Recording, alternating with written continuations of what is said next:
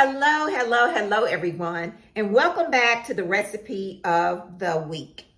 I want to encourage someone on today. If you're waiting on something, you've been praying and you've been praying, and it hasn't come yet, continue to pray.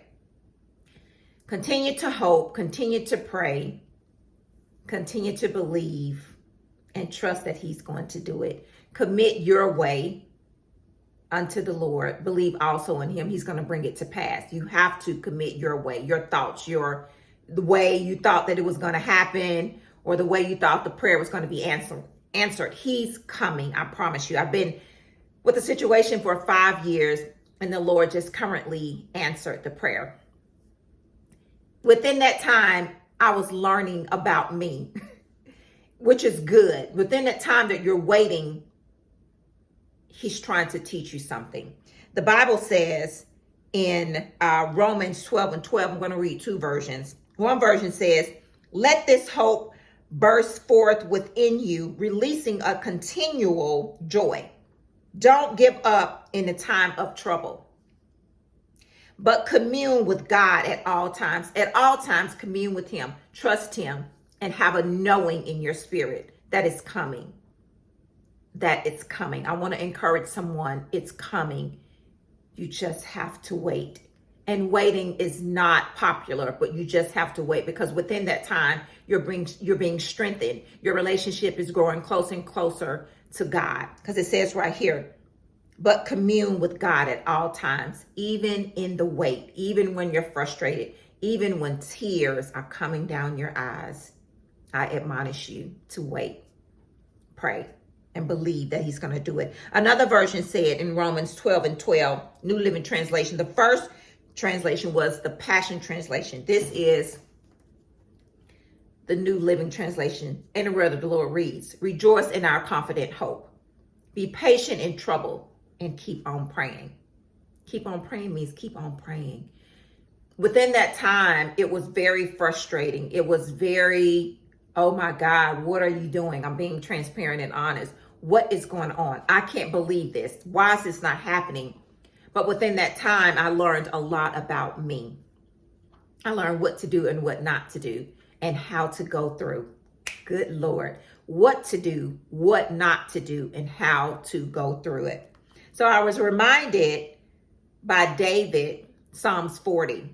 And David was in a situation, and this is what David had to say. Psalms 40. I'm reading the New Living Translation.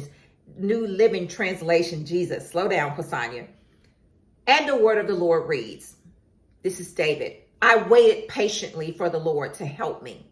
And that's all of us. We wait, and we wait.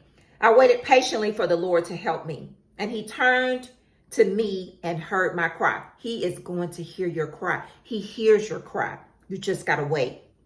Verse 2, "He lifted me out of the pit of despair." He's going to lift you out. See, the word is prophetic. When it comes to you, when you read it and you study it, it becomes a prophetic word designed just for you, designed and custom made just for you. "He lifted me out of the pit of despair, out of the mud and the mire. He set my feet on solid ground and steadied me as I walked along." So as you're going along, while you're in the mud and the mire, He's pulling you out. He's pulling you out of despair. Verse 3, "He has given me a new song." Come on, somebody. He's giving you a new song even while you're waiting. "He has given me a new song to sing, a hymn of praise to our God. Many will see what He has done to be amazed. They will put their trust in the Lord." I want to encourage someone on today. You're waiting, but while you're waiting, you're praying. Even if you have to cry, fall out, do whatever it is you feel necessary you need to do, but don't give up. I'm going to go back to the Romans 12:12. The Passion Translation said, "Let this hope burst forth within you." Keep on hoping and believe that it's coming. "Releasing a continual joy." Clause B says, "Don't give up in times of trouble, but commune with God at all times." That's a word for someone. At all times. At all times. So, Father, in the name of Jesus, we thank you, Lord God, that while in the wait, you're strengthening us and you're pulling us closer to you. And thank you, Lord, because that's a beautiful time. Lord, while we're waiting, give us the strength to wait. Give us the hope to wait.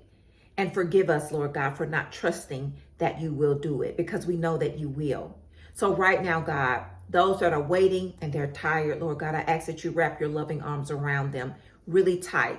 Let them know that you are there, because indeed you are. We thank you. We love you. In Jesus' name, amen. You guys have an amazing week. And remember, go back and read Psalms 40 for yourself. Allow it to minister to your spirit. It is a prophetic word for someone I know. Also, go back and read Romans 12:12. Read it in many different versions and allow it to minister to you. You guys have an amazing week. I love you. But most of all, God loves you bigger and better than I ever could. Don't give up. Have a good week.